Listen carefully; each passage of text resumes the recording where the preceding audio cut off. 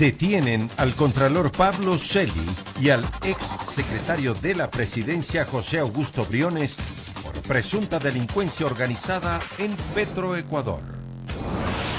Presidente electo Guillermo Lasso y presidente saliente Lenín Moreno se reunirán la próxima semana para coordinar el proceso de transición de gobierno. Alcalde de Quito Jorge Yunda suspendió abruptamente la sesión del Consejo Metropolitano cuando varios concejales le solicitaron que renuncie por su situación judicial y la de su hijo Sebastián Yunda. Este martes, 35,000 personas recibieron la vacuna contra el COVID-19. Más de 90 puntos se instalaron a nivel nacional para aplicar las dosis. Estados Unidos suspende la aplicación de la vacuna de Johnson & Johnson por graves casos de trombosis. Muy buenas noches, bienvenidos a la emisión estelar del Comercio TV. Aquí lo más destacado del día. El Contralor General del Estado, Pablo Celi, y el exsecretario de Presidencia, José Augusto Briones, fueron detenidos junto a otras personas más con fines investigativos por el presunto delito de delincuencia organizada relacionada a actos de corrupción en la estatal Petroecuador. Este martes, los ecuatorianos se despertaron con la noticia de que el contralor subrogante Pablo Celi había sido detenido. Se lo vincula al delito de delincuencia organizada que se habría dado en Petroecuador.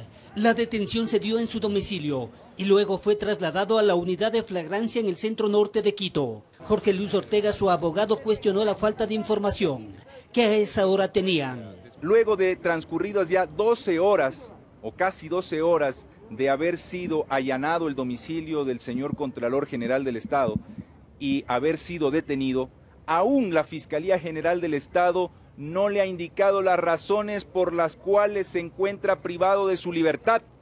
Celi y 7 personas más fueron detenidas en 25 allanamientos que se desarrollaron en Quito, Guayaquil y San Borondón, en respuesta a un acto urgente solicitado por la Fiscalía General del Estado. Entre los investigados está el hermano del Contralor, el exsecretario de la Presidencia José Augusto Briones y Natalia Cedeño, exfuncionaria de Petroecuador.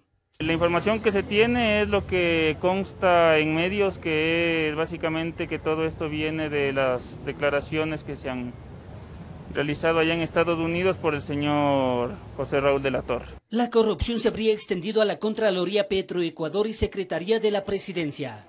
La fiscal general Diana Salazar encabezó los operativos, denominados Las Torres, donde, entre otras cosas, se pretende determinar si existió la exigencia de pagos a la empresa No Limit, contratista de Petroecuador. Que el Ejecutivo intervenga en investigaciones que son exclusiva responsabilidad de la función judicial y, en este caso, la Fiscalía General de la Nación. Como evidencia se encontraron cajas fuertes, dinero en efectivo, documentos, dispositivos electrónicos, computadoras, celulares e información financiera.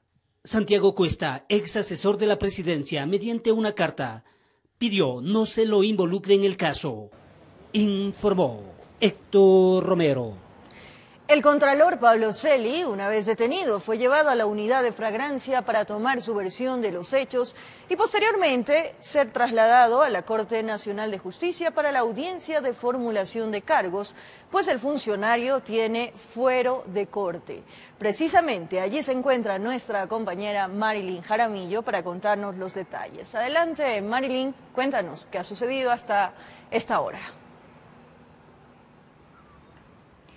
¿Qué tal, María Fernanda? Amigos televidentes, muy buenas noches. Así es, cuando son las 19:01, nosotros nos encontramos en los exteriores de la Corte Nacional de Justicia para darles a conocer mayores detalles. Y es que se prevé ya que en los próximos minutos inicie la audiencia de formulación de cargos en contra del contralor Pablo Celi, que está acusado de presunta corrupción. ¿De qué se lo acusa y por qué está detenido? A continuación, un reporte de nuestro compañero Héctor Romero. Quizás el contralor subrogante Pablo Celi no se imaginó que un hecho registrado hace poco más de un año lo iba a salpicar. Fue en noviembre del 2019 que se dio a conocer el caso Las Torres, que hace referencia a José de la Torre, exfuncionario de Petroecuador, y el empresario de bienes y raíces Roberto Barrera. quienes en Estados Unidos en el proceso se declararon culpables del delito de lavado de dinero, recibido por concepto de sobornos, relacionado con contratos de la estatal petrolera. Es así que en nuestro país y Norteamérica se habría acordado el mecanismo de pago de 3.1 millones de dólares. En este caso, los aprehendidos habrían usado los correos e instrumentos de comercio interestatal para promover el pago a favor de la empresa. José de la Torre es pariente del Contralor. En esa fecha el funcionario público así reaccionó. Ese es un tema que está siendo tratado en el sistema judicial norteamericano y que deberá ser tratado también en el sistema judicial ecuatoriano en lo que competa. No es un tema que tiene que ver directamente con la Contraloría. En la medida en que un proceso se desarrolle, tanto en el país como fuera del país, y se requiera a la Contraloría información o aportes sobre este y cualquier otro caso, lo haremos con cumplimiento absoluto de la ley. La Fiscalía General del Estado, para solicitar el acto urgente, entre otras cosas, manifestó que los funcionarios públicos, por su alta jerarquía, tanto de la Secretaría General de la Presidencia de la República, a la cabeza José Augusto Briones, habría dispuesto a mantener en el cargo de asesor a José de la Torre, en Petroecuador, para poder recibir los pagos indebidos por intermedio de este y de terceras personas como son Luis Briones, Giomara López, Ángelo Rodríguez y la empresa Fraccianer, cuyo accionista es Andrés Luque, y como gerente Néstor Medina, ocupación carpintero. De esta forma, se exigía la entrega de dineros para disponer y asegurar el pago de planillas a la empresa No Limit S.A. Pablo Flores, exgerente de Petroecuador, también habría demandado dineros a través de José de la Torre y Roberto Barrera. Él también en esa fecha sí reaccionó. Si el ciudadano de la Torre está involucrado en algún acto ilegal, la justicia de Estados Unidos lo juzgará, más allá del derecho y deber de las autoridades ecuatorianas de tomar acciones. Informó Héctor Romero. Así es, el ambiente que se vive en este momento es ustedes lo pueden observar, hay poca presencia policial. Recalcar que la fiscal general del estado, Diana Salazar, pues ingresó a esta dependencia a eso de las 18 horas con 20 minutos. Nosotros estamos esperando para saber cuáles serán las medidas que solicitará la fiscal al juez Felipe Córdoba, que está encargado de esta diligencia. Por su parte, el contralor Pablo Celi ingresó a eso de las 18 horas con 45 minutos, fuertemente resguardado. Repetimos, aquí en los exteriores de la Corte Nacional de Justicia se desarrollará ya en los próximos minutos la audiencia de formulación de cargos al contralor Pablo Celi. El motivo es que él cuenta con fuero de corte, motivo por el cual se desarrollará aquí pues la diligencia establecida. Nosotros nos vamos a quedar aquí para conocer cuál será la decisión del magistrado con respecto a la diligencia. La información es el momento. Mientras tanto, regresamos a Estudios Centrales. María Fernanda, amigos televidentes, muy buenas noches. Buenas noches, Marilyn. Estaremos atentos de lo que ocurra en la Corte Nacional de Justicia. Y ahora en otro tema.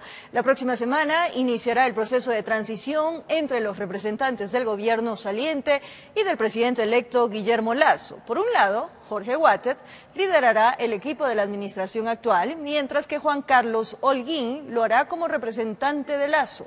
La salud está en el primer tema de la agenda.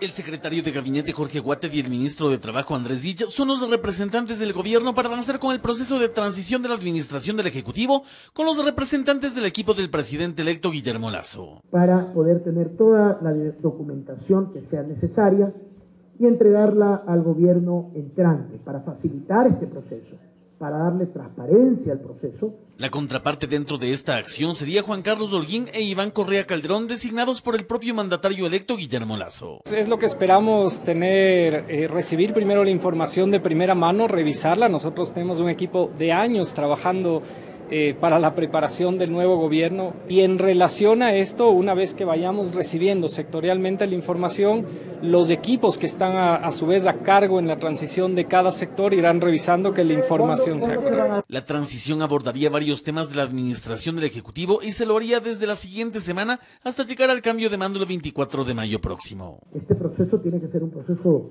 ordenado, transparente, y sin duda el plan de vacunación es una prioridad, porque el plan de vacunación no puede parar. Aunque se deberán remitir asuntos de la parte económica y social del país, en efecto lo relacionado con la vacunación estará entre las primeras conversaciones a tratarse. Básicamente en orden de prioridad la salud, la economía y después todos los temas sectoriales que tiene el gobierno de Guillermo Lasso en su agenda. Con el fin de abordar los temas pertinentes a la transición, se confirmó por parte del equipo de Guillermo Lasso que se aceptó la invitación del Programa de Naciones Unidas para el Desarrollo PNUD para que desde ahí se lidere la metodología del proceso. Informó Javier Rosero. Una de las propuestas del nuevo gobierno es eliminar el Consejo de Participación Ciudadana y Control Social. Guillermo Lasso, presidente electo, aseguró que convocará a una consulta popular para ello.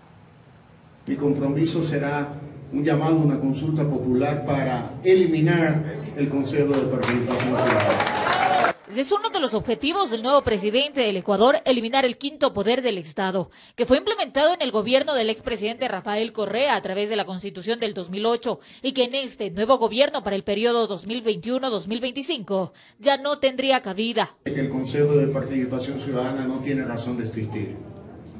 Que una democracia está compuesta, una democracia liberal, por tres poderes fundamentales: el Ejecutivo, el Legislativo y el Judicial. El Consejo de Participación Ciudadana fue en el gobierno anterior la piedra angular para el abuso del poder. Y es que hasta hace un mes, por ejemplo, la Asamblea Nacional no aprobó el proyecto para eliminar el Consejo de Participación Ciudadana, pues se necesitaban 91 voluntades. Únicamente obtuvieron 49.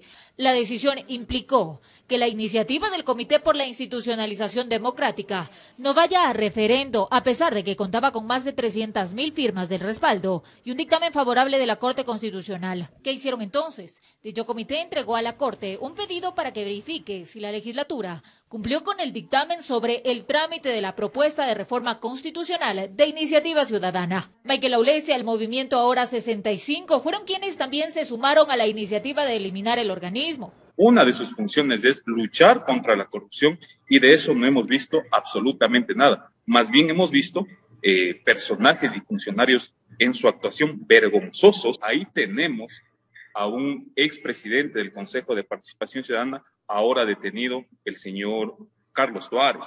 Y es que después de varios intentos de los colectivos, finalmente la iniciativa de eliminar el Consejo de Participación saldrá del mismo Ejecutivo, informó Marilyn Jaramillo.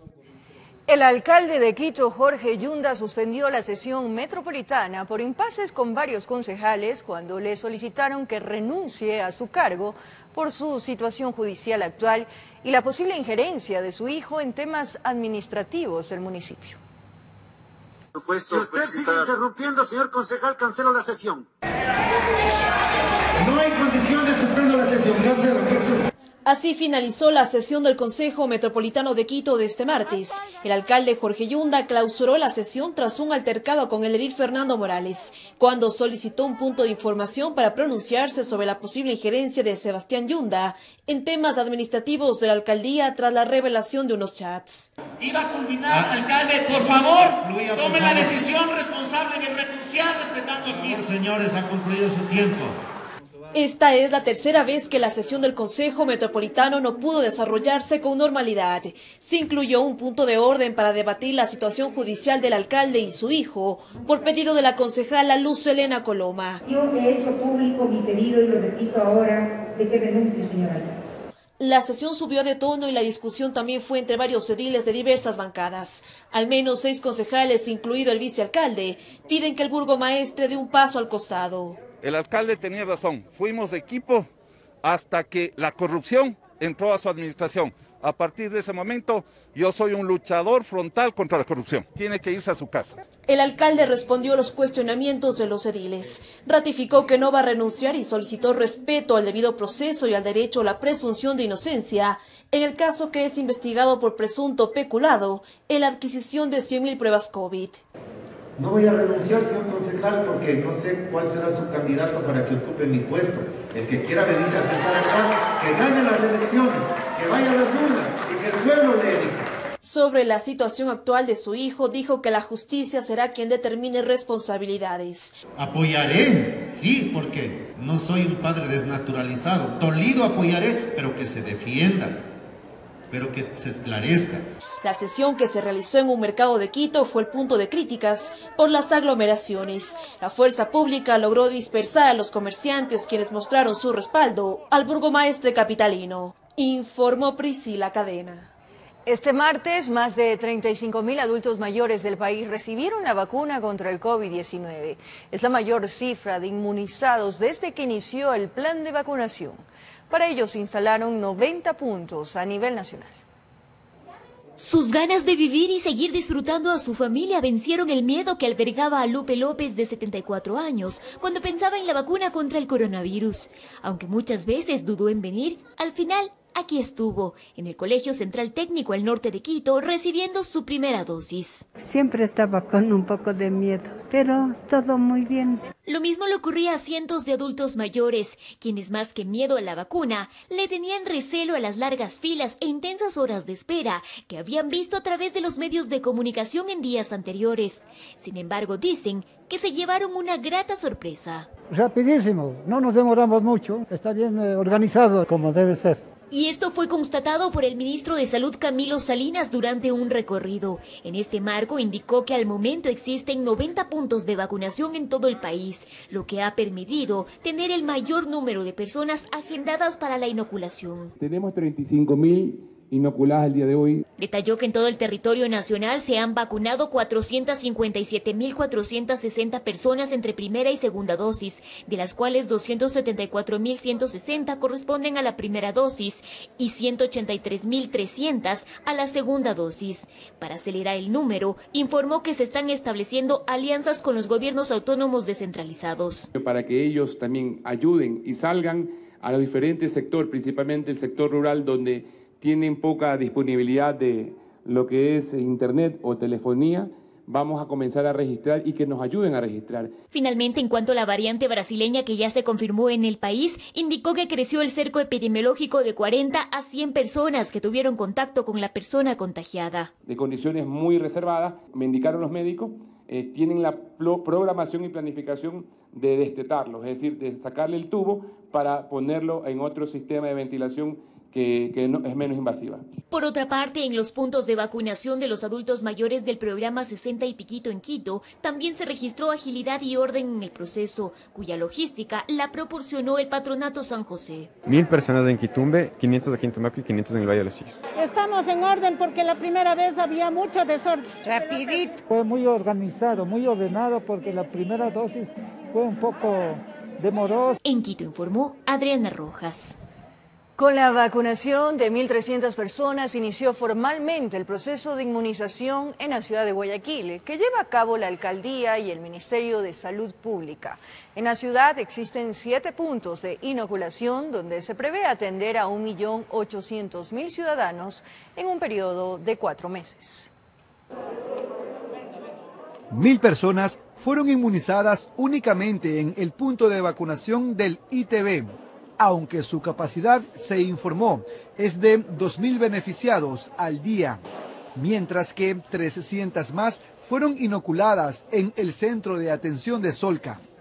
A tempranas horas, el Ministerio de Salud se hizo presente con las dosis y el municipio hizo su parte con la logística. Pudimos lograr que se vacunen solo en 40 minutos 150 personas solo en este punto. Lo importante aquí es ver que cuando nos unimos y trabajamos en conjunto, las cosas salen bien. Hemos añadido a todo el proceso, que no solamente es prevacunación, vacunación y posvacunación, el área de pre-check-in, justamente para acelerar este tipo de procesos y evitar que la gente se aglomere. La alcaldía cuenta con 7 puntos de vacunación, 5 ya están listos y atenderán de lunes a sábados de 8 de la mañana a 6 de la tarde. Se empezará con adultos mayores y personas con discapacidad. El MSP es el encargado de notificar a los beneficiados el día, lugar y la hora a la que deben presentarse. Lo hacen vía mensajes de texto. Satisfecho, estaba esperando esta oportunidad, amigo. ¿Cómo se siente antes de recibir la vacuna? No le digo nerviosa. ¿No se ha contagiado hasta ahora? Bueno, así me he contagiado, no lo he sentido. Igual, a seguirse cuidando. Sí, así es. Se tiene previsto que hasta mediados de agosto sean inmunizados 1.800.000 guayaquileños. Para esto, El Ministerio de Salud debe proveer el flujo necesario del fármaco, que en esta ocasión fue de la farmacéutica china Sinovac, con más del 50% de efectividad. Siempre se quiere la que tenga mayor cercanía al 100%, pero el hecho de que no tenga el 100% no quiere decir que no valga. La garantía que tiene que sentir la ciudadanía es que todos estos tipos de vacunas tienen el reconocimiento de la Organización Mundial de la Salud. Mañana serán inoculados 1.000 habitantes más en la Universidad Ecotec, en Vía a la Costa. Informó Jorge Salazar. La primera persona con la variante de Brasil está en el Hospital Manuel Ignacio Montero con pronóstico reservado. Esta persona se habría contagiado en Yansaxa y ya se encuentran haciendo el cerco epidemiológico. Por su parte, se pide tomar medidas más efectivas para evitar el aumento de contagios. El primer caso de coronavirus P1 originaria de la variante de Brasil fue detectada en un ciudadano que se encuentra en el Hospital del Seguro, Manuel Ignacio Monteros, en la ciudad de Loja. Lógicamente se está tomando todas las precauciones con el paciente para hacerle la atención oportuna y estamos haciendo la investigación de dónde nació, cómo él adquirió y para aplicar inmediatamente los cercos que corresponden. El ciudadano de sexo masculino, según las autoridades, se habría contagiado en el cantón Yansaxa en su lugar de trabajo. Esta variante originaria de Brasil es una de las más contagiosas, por eso la preocupación por las autoridades. Los resultados de esto nos han arrojado que de 5 muestras que se estudiaron, 4 de ellas son con cepa británica y se da por primera vez el descubrimiento de que en el Ecuador se diagnostica a un paciente con cepa brasileña. El sector de la salud, así como la ciudadanía, piden a las autoridades a tomar medidas más efectivas para evitar contagios, ahora que circula esta variante de Brasil. Si es mucho más contagiosa la cepa, ¿sí?, estamos en problemas, porque eso permite que en menor tiempo hay un número mayor y algún rato no va a aguantar la medicina y no va a aguantar la cuestión de hospitales ni médicos de la cuestión. Entonces estamos preocupados. La única solución y la única solución para darle un respiro a todo el sistema sanitario es un confinamiento total que deberíamos adoptar como país. Las mutaciones de esta variante pueden provocar que las vacunas no sean tan efectivas. En Loja informó Marcela Constante Brito. En Estados Unidos, las autoridades ponen pausa a la vacunación con las dosis de Johnson & Johnson tras haber registrado varios casos de coágulos sanguíneos. Por otra parte, Francia suspende todos los vuelos con Brasil ante la preocupación por la variante del coronavirus. Varias ciudades estadounidenses suspendieron la aplicación de la vacuna de Johnson & Johnson contra el COVID-19. Esto tras la detección de 6 casos de trombosis cerebral en 6 mujeres, de las que una murió y otra se encuentra gravemente en el hospital. La decisión fue tomada para prevenir nuevas reacciones provocadas por este antígeno. No obstante, Centros para la Prevención y el Control de Enfermedades han afirmado que no encontraron ningún problema de seguridad o motivos de preocupación. Hasta la fecha en Estados Unidos se han aplicado más de 189 millones de dosis de vacunas contra el COVID-19. Francia, por su parte, ha decidido suspender hasta nuevo aviso todos sus vuelos con Brasil debido a las inquietudes generadas por la variante brasileña de coronavirus. Y si bien esta nación registra pocos casos de esta nueva mutante, profesionales de salud alertan que esta propagación podría ser aún más letal y por eso se adelantan a tomar medidas. La vacuna de México contra el COVID-19 sigue adelante con su proceso y tras sus primeras pruebas en ratas y cerdos, ahora empezarán los ensayos clínicos en humanos. La vacuna ha sido llamada Patria y según científicos este compuesto usa un método de producción muy similar o idéntico al de otras vacunas que se están usando frecuentemente en el mundo, por lo que consideran que esté lista hasta finales de 2021. En Argentina hay alarma. Esto luego de que expertos informaron que la ocupación de camas de cuidados intensivos están en un 93% en la ciudad de Buenos Aires, mientras que en instituciones privadas los números son muy parecidos. Aquí se observó una tasa de ocupación del 94%. Las autoridades consideran que la segunda ola ya es un hecho y comienzan a aparecer las principales señales de un escenario que se vuelve cada vez más crítico, informó Ismenia Solórzano. Más adelante decomisan 21 sacos de droga que estaban flotando en alta mar. ¿Dónde? Se lo contamos luego de la pausa.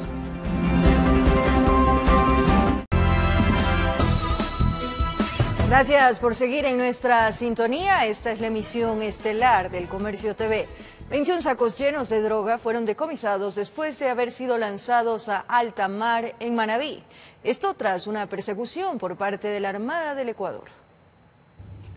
Estos 813 paquetes de droga repartidos en 21 sacos fueron lanzados al mar frente a las costas de Manabí por una organización que, según el capitán del puerto de Manta, su punto de partida habría sido Colombia, y una vez que lograran evadir la persecución de la Armada ecuatoriana tenía como destino Centroamérica para luego llevar el alcaloide a Estados Unidos. Cuando ya llegan a un punto de entrega, se siembra en el mar con esa boya, que es el apoyo tecnológico que tienen, y otro buque viene a recoger ese material para continuar su trayectoria hasta las costas de Centroamérica.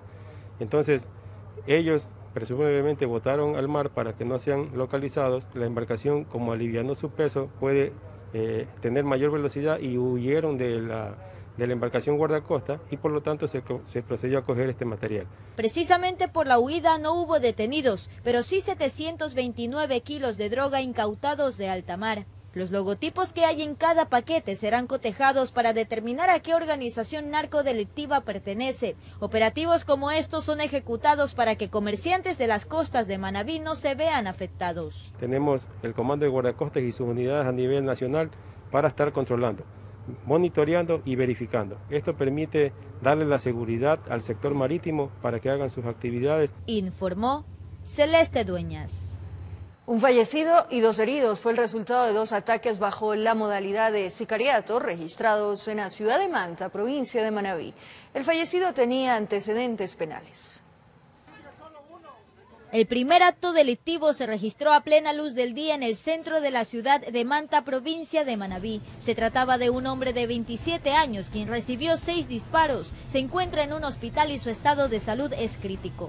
Horas más tarde, en la misma ciudad, hubo otro ataque, esta vez en contra de 2 ciudadanos que se encontraban en el portal de una vivienda ubicada en la parroquia Eloy Alfaro. 2 sicarios habrían llegado en una camioneta. Yo vi que un carro como un color azul, como negro, salió feteado después. Y eso nomás, cuando ya vi que gritaban ahí. El uno que se acerca caminando le dispara por varias veces.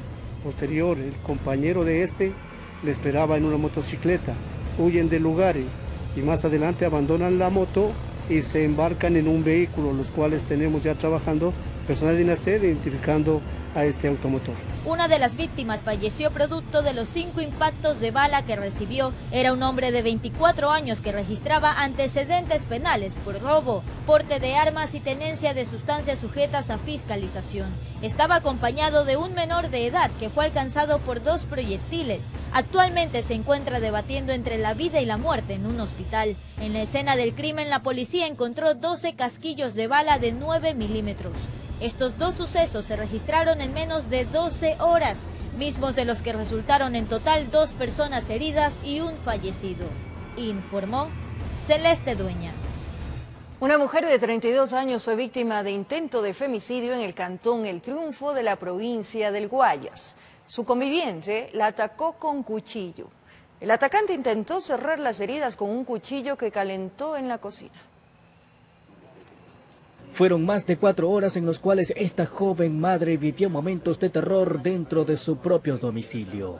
Procede a apuñalarla. Acto seguido, dado que la víctima comenzó a botar sangre, procede a lanzarle alcohol. Coge otro cuchillo del mismo domicilio, oxidado, lo hace calentar y ese cuchillo caliente se lo ingresa nuevamente en las heridas a la víctima, ocasionándole serias heridas y torturas a la ciudadana. Todo ocurrió en la Ciudadela Isabela Católica en El Triunfo. Cerca de las 22 horas, cuando ya estaba durmiendo, escuchó la llegada de su pareja, de quien está separada.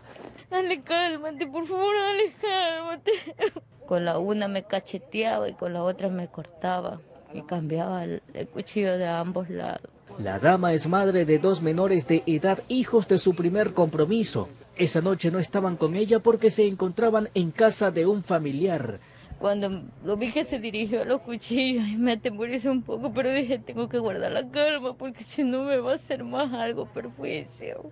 A su agresor lo conoció hace casi 4 años. Se casaron y vivieron juntos hasta que empezaron los maltratos. Pronto ella descubrió que andaba en nuevos amores y decidió separarse. Le digo, pero Ale, si yo no te estoy viendo, tú tienes esa otra persona, tu amante sigue con ella, estás en tu libertad. Los maltratos de esa noche se extendieron hasta casi las 3 de la mañana. Ella debió fingir que iba al baño. Así logró salir de la vivienda y para su suerte un patrullero policial pasó cerca de la zona. Los agentes detuvieron al sospechoso, muchacho de solo 22 años, quien ahora enfrenta un proceso por tentativa de femicidio. Delito que según nuestra normativa penal, con las circunstancias agravantes, llega a una pena de 24 años 6 meses. Informó José Morales.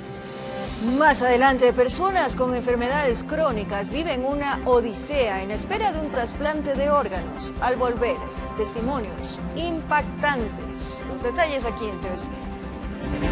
En Ecuador, la lista de espera por trasplante de órganos cada vez se vuelve más larga. Los pacientes sostienen que eso se debe a la paralización del programa médico debido a la pandemia del COVID-19.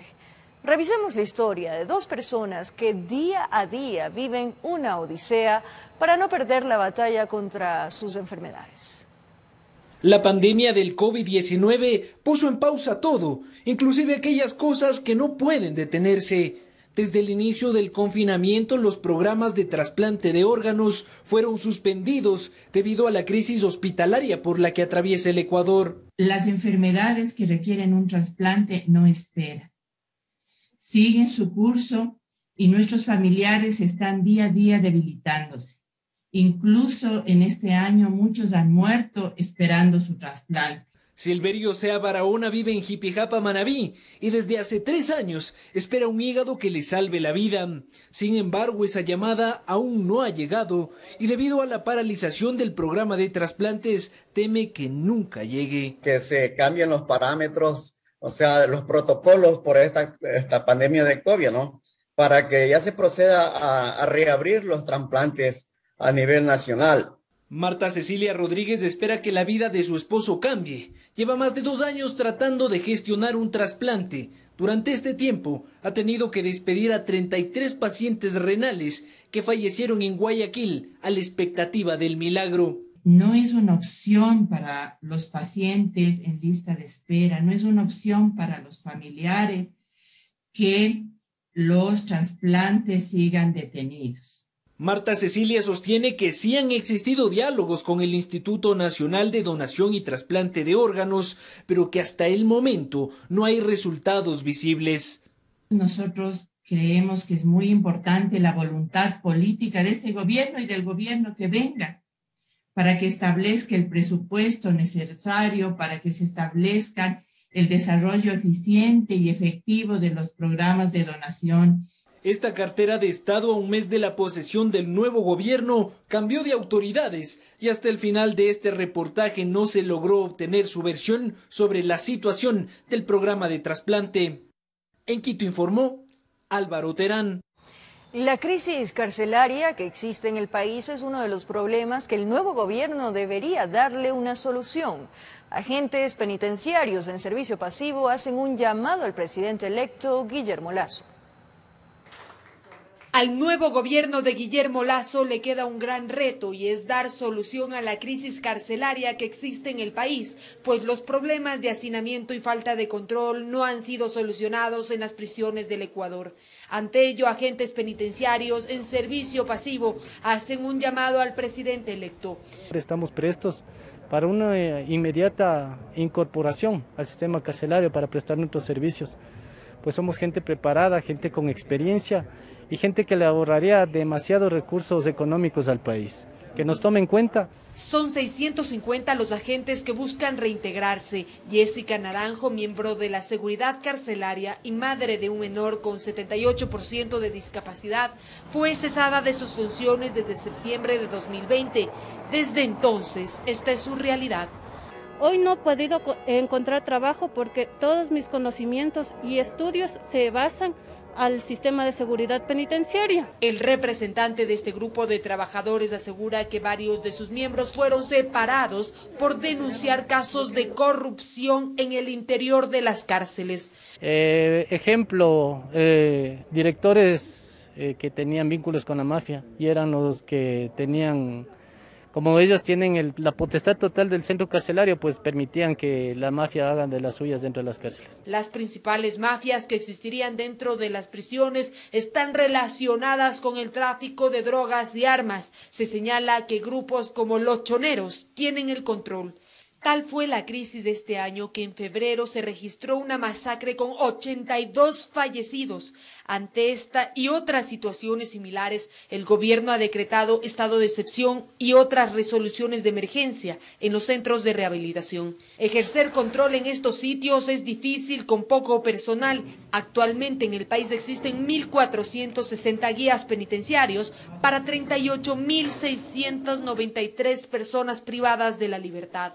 Había guardias de 17 agentes de seguridad para 2.000 internos. Es algo incontrolable. La seguridad de los guías penitenciarios también está amenazada. El pasado 9 de abril, una agente fue asesinada cuando se dirigía a su casa. Al parecer, la mujer habría sido amenazada por una mafia. Si bien la situación es actualmente manejada por el Ministerio de Gobierno, es poco probable que hasta el 24 de mayo existan soluciones de fondo, informó Valeria Navarro. 36 cantones de 4 provincias del país se vieron afectados por la caída de ceniza del volcán Sangay.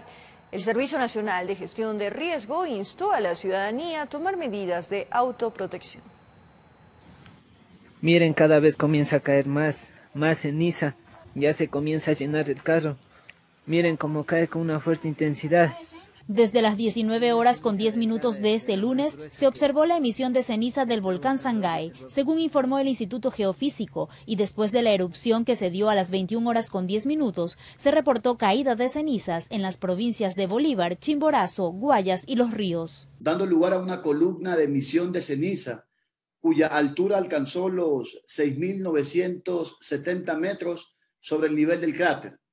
Los eventos han provocado la caída de ceniza en 36 cantones. Los habitantes de la parroquia Cebadas en Guamote reportaron que varios carros quedaron cubiertos con el material volcánico. En Chimborazo se registró la caída de ceniza en 7 cantones y de manera más fuerte en Guamote. En la provincia de Bolívar, en 5 ciudades como Chillanes y Guaranda. En Guayas, la presencia de ceniza volcánica se registró en 15 cantones, entre estos Guayaquil, Durán y San Borondón. Cámaras del ECU 911 y de la Corporación para la Seguridad Ciudadana de Guayaquil captaron varias imágenes sobre cómo se encontraban algunos sectores. Mientras que en la provincia de Los Ríos, la caída de ceniza fue leve, afectando 5 cantones, entre estos Babahoyo y Montalvo. Hemos estado haciendo algunas actividades, sobre todo de limpieza, primero de barrido de la ceniza, y después también hemos actuado con el carro del Cuerpo de Bomberos, ya en este caso ya limpiando con el agua, ¿no? Durante 8 horas se han reportado caída de ceniza en la provincia de Los Ríos y Bolívar. Hemos coordinado con Agencia de Tránsito Municipal, con CTE, con bomberos también, para limpiar la calzada, y los demás pues, para que ayuden también con el tráfico vehicular, haciendo un llamado a los conductores que toman todas las precauciones para evitar cualquier accidente en las vías. Se encuentran en sesión permanente activados los COE provinciales de Guayas, Los Ríos, Bolívar y Chimborazo, para de esa manera poder articular acciones para la atención de personas y bienes afectados. El aeropuerto de Guayaquil cerró sus actividades a las 6 horas con 46 minutos de este martes y tras culminar la limpieza de las cenizas a las 9 horas con 48 minutos, reanudó sus operaciones. Para evitar contacto con la ceniza, el Servicio Nacional de Gestión de Riesgos recomienda usar mascarilla, usar gafas o lentes de protección, no realizar actividades al aire libre, no usar agua para limpiar el material volcánico ya que las coladeras y cañerías se podrían tapar, y más bien barrer y retirar la ceniza depositándola en fundas para una limpieza efectiva, informó Roselena Vázquez. El 13 de abril se celebra el Día del Maestro Ecuatoriano. En esta fecha se conmemora su entrega y dedicación a la formación de nuevas generaciones en el país. En la siguiente nota rendimos un homenaje a los educadores, quienes han trabajado incansablemente sin importar las dificultades relacionadas a la pandemia. Hay cosas que resultan inolvidables en la vida de las personas. El día en que aprendieron a leer y escribir, por ejemplo, es uno de esos eventos que no se olvidan fácilmente, así como tampoco se olvida a quienes nos lo enseñaron. El 13 de abril se celebra el Día del Maestro Ecuatoriano y en medio de una pandemia que ha resquebrajado los cimientos de la educación, los profesores continúan entregando su vocación y servicio a las nuevas generaciones de esta patria. Uno de los principales retos que hemos tenido que enfrentar los maestros ha sido el adaptarnos a esta nueva normalidad. Esto implica acoplarse a un mundo digital y el apoyo a estudiantes y a sus familias. Las restricciones y el aislamiento han cambiado la forma de educar y aprender. Sin embargo, los docentes siguen convencidos de que su labor es clave para el desarrollo del Ecuador. Pues la educación nos enseña no solamente a obedecer, sino nos enseña a pensar, a ser más críticos y reflexivos. La educación es clave para el desarrollo de un país porque desde ahí nacen y se dan los valores que se inculcan a los futuros profesionales. Eduardo Muñoz es profesor de una escuela de Yaruquín y cree que debido a la pandemia su horario laboral ya no tiene límites, pues debe comprender que varios de sus alumnos no tienen acceso permanente a un computador. Él señala que no es nada extraño que un deber o una llamada le llegue a altas horas de la noche. Pasó de ser de un trabajo de un horario límite a tener una prolongación, de trabajar de domingo a domingo sin ningún descanso. Ante este tipo de dificultades, los docentes solicitan al próximo gobierno destinar los recursos necesarios para mejorar las condiciones de enseñanza y aprendizaje. Invertir en mayores recursos para la educación, específicamente en la capacitación docente. En su día, Ecuador reconoce y agradece su compromiso con la dignidad y la inteligencia. En Quito informó Álvaro Terán. Y con esto nos despedimos, amigos. No olviden el lavado frecuente de manos, el uso de la mascarilla y el distanciamiento. Para cuidarnos, la pandemia sigue entre nosotros. Gracias por su compañía, cariño, pero sobre todo fiel sintonía. Un abrazo grande.